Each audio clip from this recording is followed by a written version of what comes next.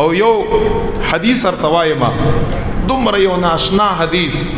چې په انسان باندې دا حدیث غونه ببرکا چې انسان طرف نه خو په دغه سفر کې دا محبت دی چې بچی پریدي مال اولګي ګندلې شوی جامې پریدي سرتور سر لاړ شي مشقت سفر برداشت کا په مطاف کې الله ته आवाजونه شروع ک لبیک اللهم لبیک رب د طرفنا په دغه سفر کې بنده سره کوم مینه او محبت دی اغه یو جلک ارته بیانوم دا واوري ګوره دا کوم حدیث چې زارته بیانوم یو احادیث مجموعه ده مسند بازار حدیث نمبر 6177 دا پکې دا حدیث نمبر دی په مسند بازار کې حدیث نمبر 6177 کې نبی علیہ الصلوۃ والسلام مبارک سے فرمائی چې په دغه سفر حج چې دا سفر محبت ته الله جل جلاله خپل بنده سره څنګه مینا او محبت کا نبی علیہ الصلوۃ والسلام فرمائی وی چې کلا چې بندا په احرام کې مطاف تراکوز شي خپل سامان سنبال کا مطاف تراکوز شي دا کوم چې حج ابتدا دا د حرمینو ابتدا دا نبی علیہ الصلوۃ والسلام فرمائی وی چې دغه انسان اول دا قدم الله قیمتی کا دا قدم یا دا ګرځیدا یا دا یا الله قیمتی کا دا قدم دا عام قدم پاتې نشي دا قدم خاص قدم وګرځي او چې څنګه رب لا یزال ته روان شي چې رب لا یزال فرشتو ته اعلان وکا چې دا هغه بنده دی چې په احرام کې مال راغی ما د مینې او د محبت ته وجنه مال راغی دا اوس هغه بنده شو چې خاص وګرځیدا قدم یم خاص وګرځیدا اے فرشتو په هر قدم یو نیکی یو ګناه د انسان تزما د طرف نه معاف کړي الله ورته فرمایي دا یا دا قدمونو هغه پروتوکول او هغه عزت شروع شي بیا چې چا حج کړه یو ته پته ده چې په یو طواف کې په یو مزدلفه او منا او وقوف عرفات او دا تک را تکي څومره قدمونه لګي د یو معتمر د یو حاجی چې ټولونه اول رب لا یزال د مینې او د محبت اظهار دی چې قدم یا خاص وګرځوي فرشتو په هر قدم باندې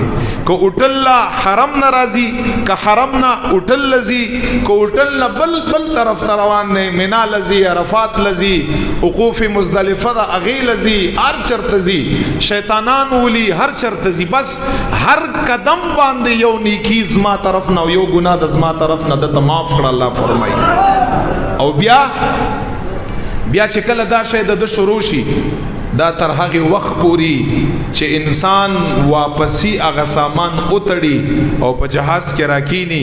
او کور تر ورسی تر هغه پوری په یو قدم باندې یو نیکی الله یو ګناه د انسان معاف کوي او بیا نبی علیہ الصلوۃ والسلام په دغه حدیث کې فرمایي چې کله چې دا انسان طواف وکا بیت الله شریف طواف وکا یا لاندې په مطاف کې یا بر پاغه برندو کې چکم دی پاغه کې چې کله طواف وکا او دا غین رستو دو رکعات چکم صلات طواف دی دو رکعات منځ دی چې کله هغه وکا رب لا یزاد ورته فرمایي چې ګوره دا عام سړی نه دی دا په دو کپڑو کې زما په محبت کې راته او سړی دی مال راغلی چې څنګه دو رکعات وکا نبی علیہ السلام فرمایي رب لا یزال فرشتو ته وی چې یو آزاد کرده غلام ثواب په هر دو رکعات باندې دغه انسان للی کوي په دغه سفر کې یو او بیا وی چې کلا سعی بین الصفا و مروه راشي دغه او چکرې د صفا غونډې نه شروع ک مروه او د مروه نه صفا واپس چې کوم دی بیا ختم شي په مروه باندې او په صفا باندې کله دا وکا او هغه نستړی ستومان په دو کپړو کې راتاو د عشق او د محبت په دغه سفر کې چې کله سعی بین الصفا والمروه فارغ شي حدیث مبارک کې راځي پیغمبر علیه السلام فرمای رب لا یزال فرشتو ته وایي چې ګوره دا عام سړی نه دی دا د زما ملمه دی چې اختتام د صفا مروه یا وک د اویاو آزاد کردو غلامانو ثواب ول په نامه اعمال کې ولیکه الله فرمایي 70 غلامان آزادول. حالانکه د آیات لري نبی علیہ الصلوۃ والسلام فرمایي د یو غلام فضیلت تر بیانوم چا چې یو غلام په دنیا کې آزاد ک پیغمبر علیہ السلام فرمایي دغه انسان غاړه اور د جهنم نه آزاد شوا. او یا غلامان تسعی بین الصفا والمروه کړه ستا تمل مد الله تا سره دا الله مینه کا چې ستا دا ګرځېدې دومره خوښ دي چې د سعی بین الصفا والمروه نه پس به ستا په نامه اعمال کې د او یو غلامانو آزاد کړدو هغه ثواب به تا ته ملاوږي. او بیا نبی علیہ السلام خبره ختمه کړې نه ده الله مینه هغه مینه خو نه ده چې ستا نه به کمی الله مینه د ستا د مینې نه ډېره زیاته ده ډېره زیاته. بیا نبی علیہ السلام فرمای دا واوري وی چې کله چې انسان لاړ شي او دا په دغه سفر محبت کې سفر حج وقوف عرفات لکه لاړ شي الله جل جلاله تا په میدان عرفات کې ودرېږي وی چې خدای پاک جل جلاله د خپل شان مطابق اول اسمان لراشي کما یلیق بشانه اول او چې دا خدای پاک په هر ځای کې دی خو الله جل جلاله دا سلسله ویلي دي چې زه اول اسمان لراشم. محدثین فرمای دا یې ځکه ویلي دي چې الله د طرفنا اول اسمان لراتګ دا د حاجیانو صاحبانو له الله د طرفنا عزت ورکول دي چې زستا سوتا دومره را قریب شوما چې اول اسمان لا څنګه چې د هغه د شان مطابقي کله چې راشي وی چې فرشتو ته وایي چې ټول راجم شي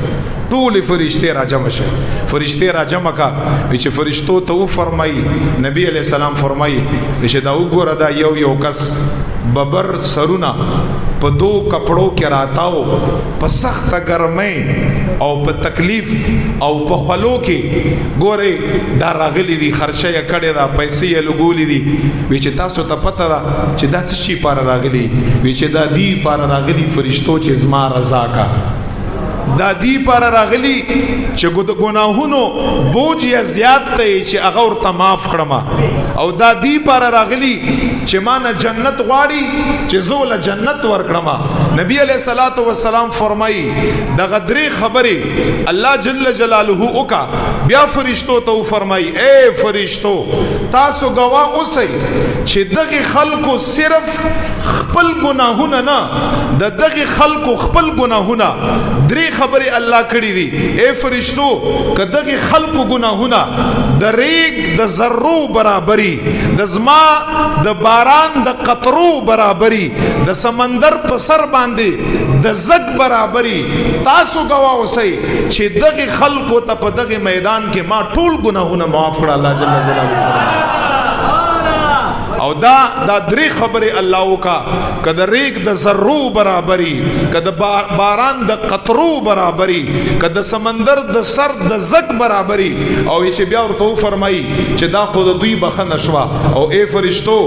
عزت یاده د عزت چې زما د خپل ذات باندې قسمی چې دوی خو پرېدا چې نن راته دوی د بلچا سفارش وکا د بلچا چې دلته مثال کې ما یو حاجی ته ویلی چې په عرفات کې ما ته دعا وکړه د دوی ګناهونه خو پرېدا چې د بلچا سفارش راته وکا فرشتو تاسو گواه اوسئ ما هغه انسان تم بخنه او مغفرت کړه. دا د دوی عزت دا د دوی الله جل جلاله طرف نمینا. او بیا په اخر کې نبی علیہ الصلوۃ والسلام سفر میدا واوري چې کله چې دا حاجی لاړ شي وقوف عرفه او بیا وقوف مزدلفه